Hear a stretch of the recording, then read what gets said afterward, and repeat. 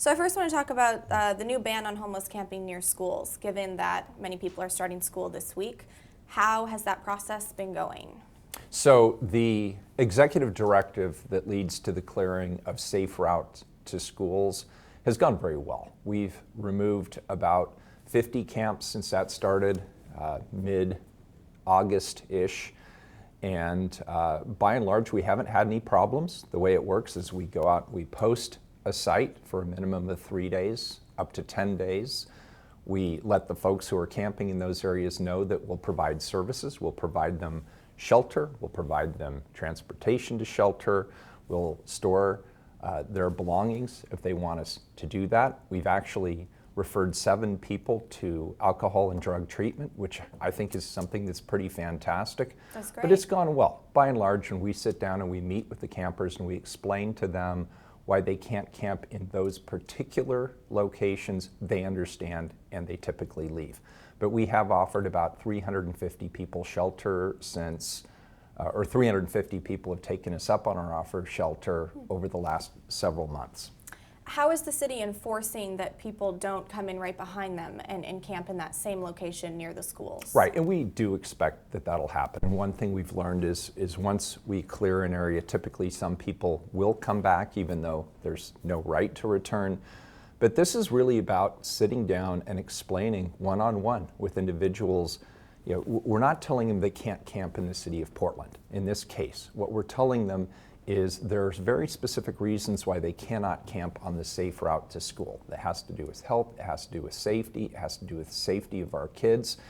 And the vast majority of people understand and they do comply. Can you explain this no right to return? Because it seems like there's a revolving door. You'll clear one street and then about a week later it'll be filled with a whole new set of campers that don't know that they can't camp there. So how do you keep up with that? Yeah, and it is a constant iteration. And I really want to applaud the impact reduction teams that do go out into the community, they go out to the camps, and they do a terrific job of really explaining to people that those camps have already been posted, they've already been cleared, there are specific public health, public safety, or environmental reasons why those camps have been cleaned. And as I say, the vast majority of people pick up and they move on. But ultimately, we also acknowledge we don't have enough shelter space. We do offer everybody shelter space, and we reserve 100 beds for this purpose with the county. But ultimately, this program won't be sustainable unless we have additional shelter capacity and if we have additional sanctioned safe areas where people can go. So those are our goals going forward. There are some campsites near schools, specifically near the Metropolitan Learning Center in Northwest, where campers there told me on Sunday that they're camping in protest of this ban. They're not leaving. So what is your response to that? And then what is your response to the parents that know this and don't feel safe sending their kids to school? Well, we've got to combine those two things, right? The reality is we always expect people to protest or to push back or some people to come back. But again, this is based on the reality that kids are walking around camps by walking into traffic to get around camps. That's not safe for the kids. And when we sit down and we explain to the campers why we are specifically moving them out of these safe route to school corridors, the vast majority understand. For those that are protesting, we will go back, we will repost, we will re-explain, we will offer services to those individuals, shelter, transportation, storage for their items. We'll offer them access to drug and alcohol treatment if that's what they need. If they need other services, we'll navigate them towards those services too. But at the end of the day, they cannot stay in those locations because they're not safe and they're not healthy. But I think the reality is there are people that are staying in those locations, and this process that you just explained is so lengthy. It takes time. I'm not sure what the staffing looks like in order to be at all of these campsites. So I mean, it's not an overnight fix. And there are people living in these neighborhoods that don't feel safe. Yeah, and that's why I have passed these executive directives. The first around safe crash corridors. That's why we stood up the Street Services Coordination Center to make sure all of our city bureaus are working together to help remediate the most problematic camps. And that's why I called for this executive directive as well. It's not safe for our kids. Our primary concern when it comes to the safe route to schools They're designated as such because these are the way that small kids, K through 12 students, get to schools. And our paramount concern should be the safety of those kids. And I will say that both to the parents, because I believe it, and I will say it to those who are camping in protest, that the reason we're doing it isn't to say you can't camp in the city of Portland. The reason we're doing it is not safe for the kids. It's not a safe environment, it's not a healthy environment, and we need to reserve those safe route to school corridors for our children. And I would hope those who are protesting understand that. The vast majority, as I say, of people do. Okay. A lot of people tell me they've lost faith in our city government in their response to the homeless crisis. What is your response to that? I'm not surprised. After 4 years of horrific focus on what is clearly a humanitarian crisis on our streets, I totally get that. I mean, look, I live here. My kid goes to school here. I shop here. I go out to bars and restaurants in the city of Portland. I hear it all day long. I hear it early morning to late at night. I get the emails, I get the texts, I get the cat calls, I get people approaching me all the time. I understand the frustration, and believe me, I share it.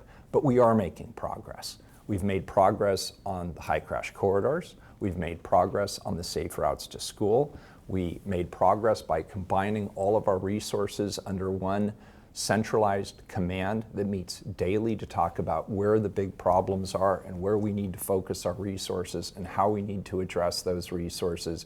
We've greatly improved our shelter capacity. The city of Portland, although it's not historically where we go, we're now in the mental health delivery business through the Portland Street Response. We're now in the substance abuse treatment space through our contributions to the Bybee Lakes Treatment Center and the DePaul Treatment Center. And we're going to keep doing everything we can until this issue is addressed. But when you ask me, do I understand the frustration? Oh, yes, I do. The homeless crisis is absolutely the #1 issue in this city, and I've made it my #1 issue. Not just as mayor, this is my life. I mean, this is what I focus on right now, and I'm going to continue to focus on it for as long as the people of this city see fit to have me as their mayor. And I think part of that frustration is just the number of phone calls and emails that people send through PDX Reporter, calling 311. It takes them sometimes hundreds of calls and months in order to even just get a response from someone on the other end. Why is that? Yeah, so here's where I think we need to improve it.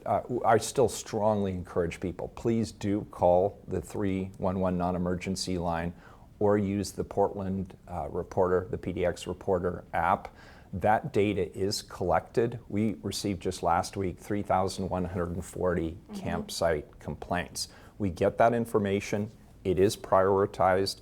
All of the camps are visited and assessed by our impact reduction teams, and those that are the most significant in terms of public safety, public health, or environmental concerns, they are remediated. And so that data is used. I think where we could be better about it is responding back to people and letting them know how that data is used. It's not going into a black hole. We are using it, but we should provide better feedback to people to let them know, hey, you reported a particular campsite. It goes into the data file with all of the other information we received, and all of those sites will be evaluated. We may not be able to get back to everybody. I mean, 3,140 requests in 1 week. We're not going to get back to everybody in person, but we should at least reflect back how the information they provided will be used, because it is being used. Does the city have enough staffing to keep up with this number of reports? No, we are inventing an entire new infrastructure in the city of Portland around homeless services. It used to be a very minor line item in the city budget 6 years ago. It's now a major focus of general fund investment and staffing. And as I say, we've now created the Street Services Coordination Center. It's under an incident commander. Each of our bureau directors are participating actively in that program. We've expanded the impact reduction team program. The litter and graffiti programs have been significantly expanded. Our efforts, as I say, around mental health, around substance abuse, Those programs have also been stood up. So we are literally building an entire new infrastructure to address this crisis on our streets. And I hear you, listing all the things that the city's been doing, but it just doesn't seem to be enough. Progress will be slow. Let's not pretend we have some magic wand that we can wave and it's going to go away tomorrow. It won't. But I'm also hearing regularly from people that they are seeing improvements. They're seeing improvements in the public right-of-ways. They're seeing improvements in the transportation corridors. They're seeing improvements on the safe routes to schools. Ultimately, we need to be in a position where we can have the resources standing by on a regular basis to be ahead of the curve rather than chasing the problems. What will it take for us to get ahead of that curve? Time, money, and resources. Okay. As for the homeless and helping them get off the streets, there aren't enough shelters, although there are empty shelters every night, as we know. And a lot of the people living on the streets don't want to go into shelter. Is there another plan of attack to try and get these people off the streets that isn't going through a shelter? We've tried different strategies. When it comes to shelter, the city actually has a program with the county where we reserve 100 shelter beds specifically to address the high crash corridors as well as the safe routes to school. So we have had adequate shelter beds for those who've requested it. Mm-hmm. About 350 people have been directed to shelter, have accepted our offer of shelter since these programs started, but we don't have enough shelter. And ultimately what we're seeing Portland look at, as well as other cities look at, is to answer the question, if not here, then where? And where needs to be a safe, secure, clean location with access to toilets, litter collection, and ideally navigation to other services, whether it's mental health services, substance abuse and treatment services, domestic violence survivorship services, youth services. We have to have a much better safety net in place. And I have one more thing I want to say on this. We're creating this safety net at the local level as a result of the failure of our state to have a mental health safety net. We don't really have one. Or a substance abuse treatment safety net. We don't really have one. We are regularly put in a position where judges and others are releasing people from our state mental health hospital, or there's a shortage of beds in our state penitentiaries, and people are being released. Where do you think they go? They become our problem at the local level, not just here in Portland, but I meet with mayors from all across the state. They become our collective problem at the municipal level.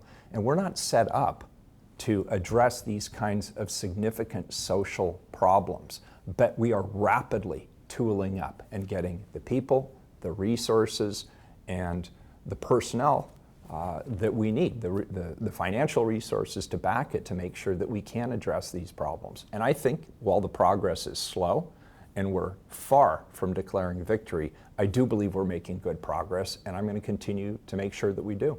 What is your response to the people who have lived here for 10, 20 years and now they're moving? They say they've given up on Portland and they're selling their homes and they're moving out because they don't see that future that you're speaking of.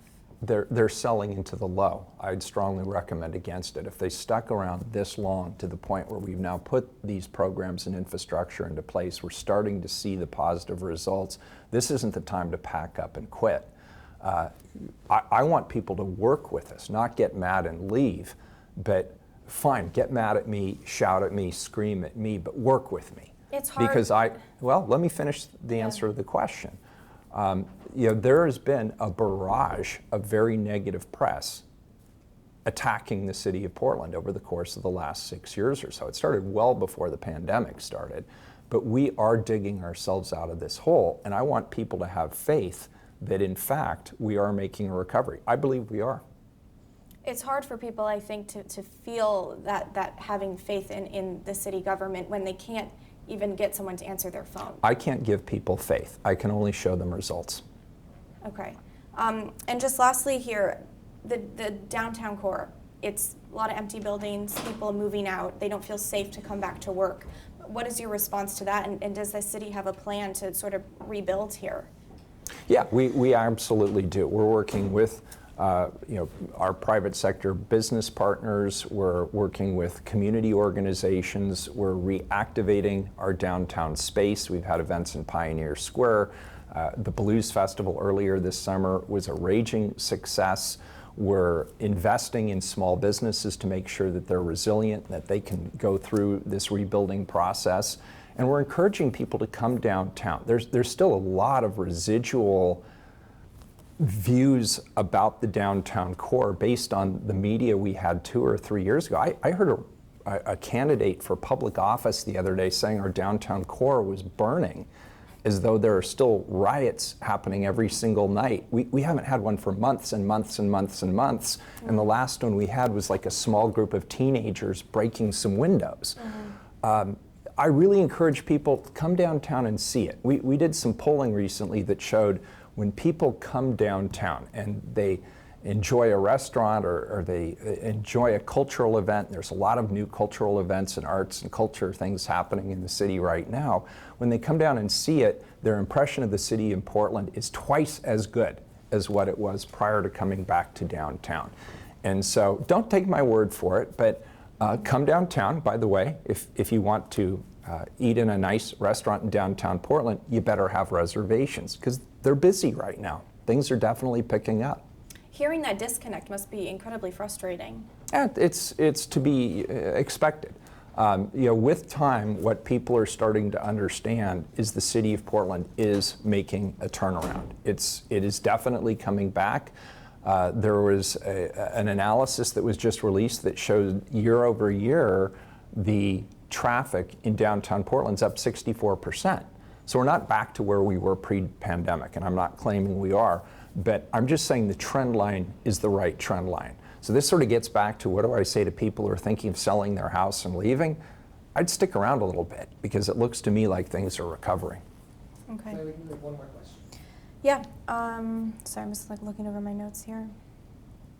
I guess if we could just touch on gun violence briefly. Yeah, of course. It's quickly becoming a major issue in the city. Just what is your responses to the type of violence that we're seeing on the streets? It's horrific. The gun violence that we're seeing in the city of Portland, it's obviously unacceptable. It's an all-hands-on-deck approach. I am very pleased with the work that we've done to stand up the enhanced community safety team in the Portland Police Bureau, which makes sure that we have lieutenants and sergeants and patrol officers all focused on ensuring that every shooting in this city has the investigative follow-up it deserves.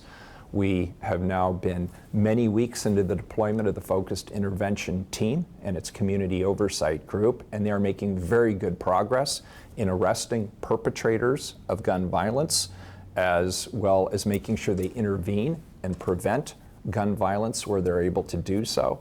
And last but not least, we've made significant investments in community-based organizations that have helped us reduce retaliatory shootings, gang and affiliated shootings, and other kinds of gun violence in our community. We're starting to see the benefits of the work that we've put into this over the last couple of years. Okay. Is there anything else you wanted to add that I didn't ask you? No. Okay. Can't think of anything. Yeah, I think we touched on everything I wanted to touch on. Thank you for your time. I appreciate it. My pleasure. It's always enjoyable.